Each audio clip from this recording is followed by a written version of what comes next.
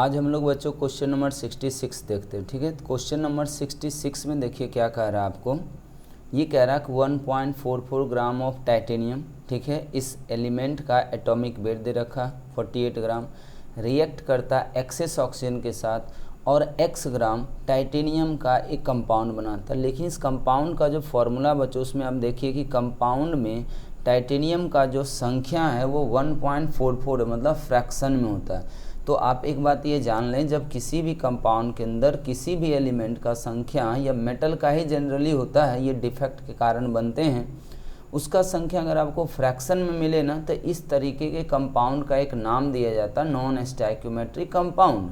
तो यहाँ पे यही चीज़ बोला गया कि टाइटेनियम जो है हमारा, ठीक है, वो नॉन स्टोइकियोमेट्रिक कंपाउंड बनाता है। तो कहता बताइए x का वैल्यू क्या होगा, मतलब कितना ग्राम टाइटेनियम एक्चुअली ऑक्सीजन के साथ रिएक्ट करके कितना ग्राम इस ऑक्साइड का फॉर्मेशन किया होगा।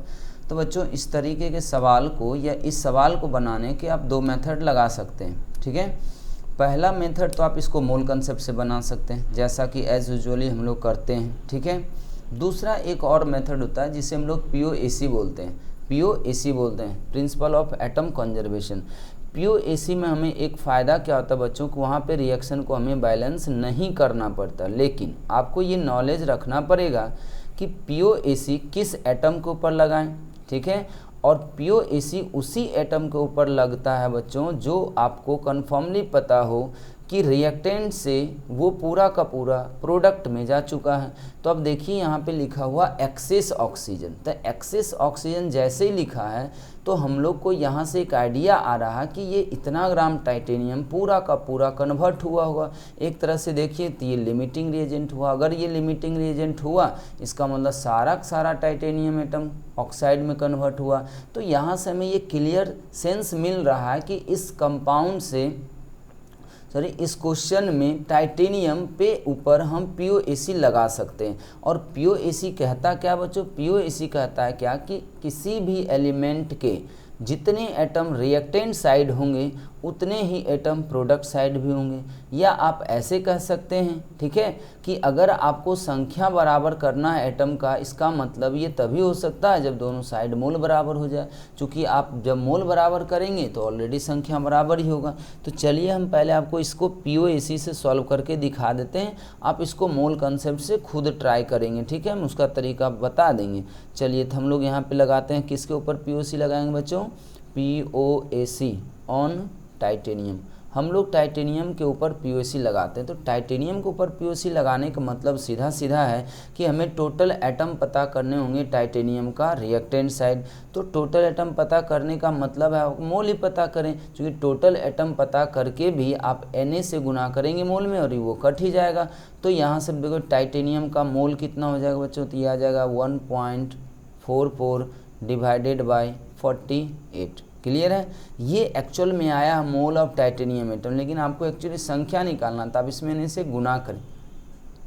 लेकिन आपको इधर भी गुना करना होगा तो कट ही जाएगा। तो मोल को ही हम लोग क्या कर सकते हैं बच्चों, बराबर कर सकते हैं। फिर आप इसमें आइए, आपको पता है कि इस पूरे ऑक्साइड का x ग्राम बना तो x ग्राम आ गया, डिवाइडेड बाय अगर इस पूरे कंपाउंड का मोलर मास हम लोग कर दें बच्चों तो मोलर मास आपका कितना हो जाएगा, तो 48 इंटू करना होगा 1.44 और इसमें और हमें एक्स्ट्रा ऐड करना होगा 16। जब आप इतना करेंगे बच्चों तो ये एग्जैक्टली आएगा मोल ऑफ टाइटेनियम ऑक्साइड, इस कंपाउंड का मोल आएगा। लेकिन आपको टाइटेनियम ऑक्साइड का मोल नहीं चाहिए, आपको चाहिए टाइटेनियम का मोल। तो ये बच्चों हम कितना बार बता चुके हैं कि जब भी हमें किसी कंपाउंड का मोल पता हो जाता है तो उसके किसी भी एलिमेंट का मोल निकालने का मतलब है कि पूरे कंपाउंड के मोल में आप उस एलिमेंट के एटम के संख्या से मल्टीप्लाई कर दें। तो यहाँ से देखिए ये और ये यहाँ से कैंसिल हो रहा है। ठीक है, तो यहाँ से आपको मिल रहा 48x इज इक्वल्स टू, इन दोनों का आप क्या करेंगे बच्चों, मल्टीप्लाई करेंगे और फिर उसमें 16 जोड़ेंगे। तो हम आपको बता दे रहे हैं ये जोड़ के कितना आ रहा है टोटल, ये आपका जोड़ के आ जा रहा है 85.12। ये कितना आ जा रहा है बच्चों, 85.12। आप एक बार चेक कर लेंगे, हम ऑलरेडी सॉल्व कर चुके हैं इसलिए हम डायरेक्ट यहाँ पे लिख दिए हैं। और इसको आप डिवाइड कर देंगे 48 से।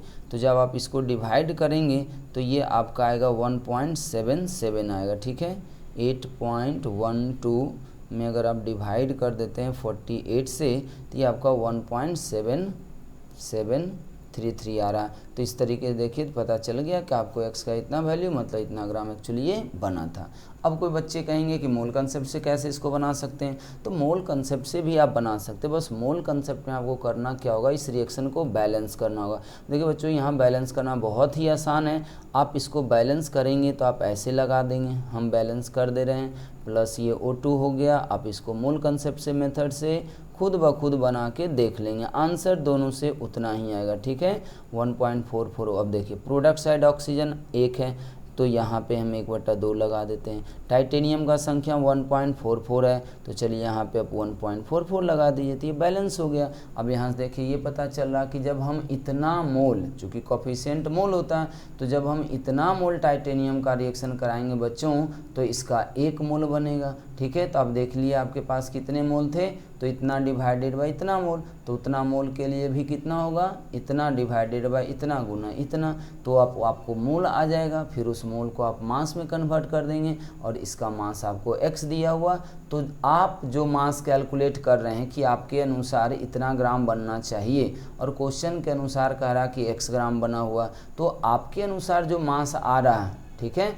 कि इतना ग्राम के साथ इसका कितना मास बनेगा, और क्वेश्चन में जो मास दिया हुआ x ग्राम, दोनों को बराबर कर दें तो हमका आंसर आ जाएगा। ठीक है, इससे भी आंसर आपका 1.77 ही आएगा। तो हम दोनों तरीके से बना सकते हैं। अब हम लोग बच्चों करते हैं क्वेश्चन नंबर 67। क्वेश्चन नंबर 67 में भी देखिए ये सब बहुत ही बेसिक कंसेप्ट है अभी स्टोइकियोमेट्री का। अगर आप पढ़े हैं तो आपको पता होगा कि हम इसको कैसे बताए थे आपको। ये हम बताते हैं ये कि जब भी आपको एक बैलेंस केमिकल रिएक्शन मिले ना, तो उसको आपको रीड करने आना चाहिए। और रीड करने का मतलब बच्चों हम ये नहीं बताए थे आपको कि आप इसको ऐसे रीड करेंगे कि 1 मोल CH2 प्लस 3 मोल O2 चेंज हो रहा 2 मोल SO2 और 1 मोल CO2 में, ऐसे नहीं करना।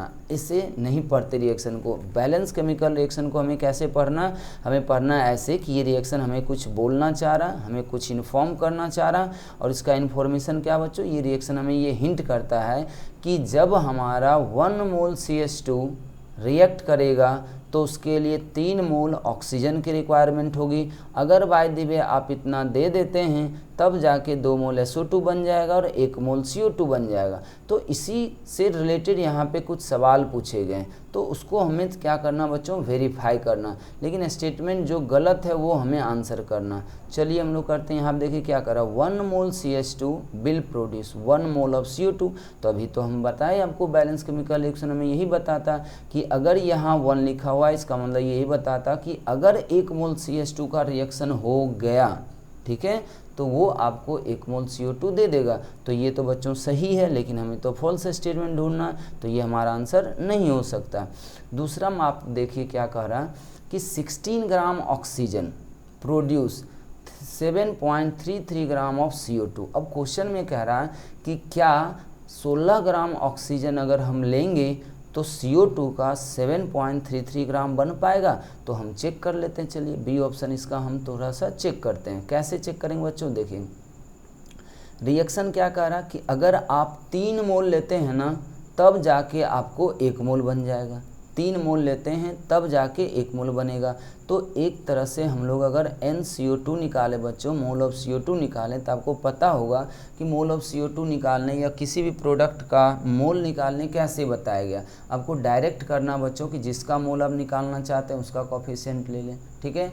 जिससे निकालना चाहते तो यहाँ तो हम लोग को इससे निकालना, तो उसका कोफिशिएंट आप नीचे ले लें और इनटू आपको क्या कर देना बच्चों, उसी का मोल। अब देखिए आपको मास यूज किया हुआ 16 ग्राम। सोचिए कि 16 ग्राम अगर आपको ऑक्सीजन देता है तो आपके पास कितना मोल हो जाएगा, तो ऑक्सीजन के मोलर मास से डिवाइड करेंगे, इसका मतलब 1/2 मोल हो गया। तो यहाँ से देखिए ये आ गया 1/6 मोल आया। तो अगर 6 मोल है, 1/6 मोल CO2 है, तो मास ऑफ CO2 की अगर मैं बात करूँ, m का मतलब मास है, तो आप करेंगे 1/6 और गुना कर देंगे 44, ये 6 है, 4 लिखा गया, 6 है। अगर आप इसको डिवाइड करते हैं ना तो एग्जैक्टली 7.33 ग्राम मिलेगा आपको। इसका मतलब ये भी सही बोल रहा कि 16 ग्राम जब ऑक्सीजन रिएक्शन करेगा इस रिएक्शन में तो 7.33 ग्राम CO2 जरूर बन जाएंगे।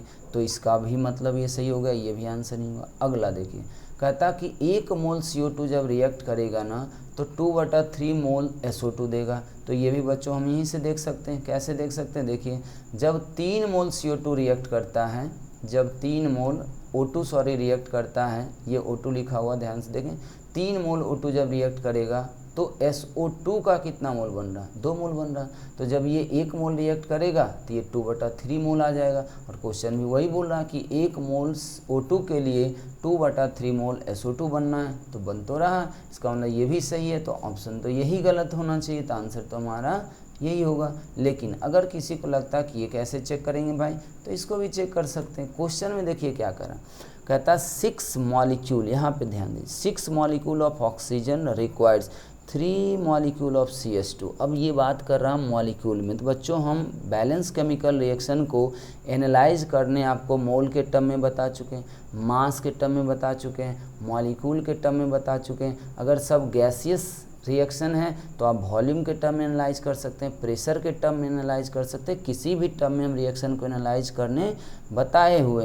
तो अगर हम यहाँ पे देखें तो हम तो इसको यही लिखेंगे कि जब हमारे पास 3 मोल ऑक्सीजन होता है, अब सोचिए 3 मोल का मतलब मॉलिक्यूल कितना हो जाएगा, इतना हो जाएगा। ये किसकी बात हो रही है, ऑक्सीजन की।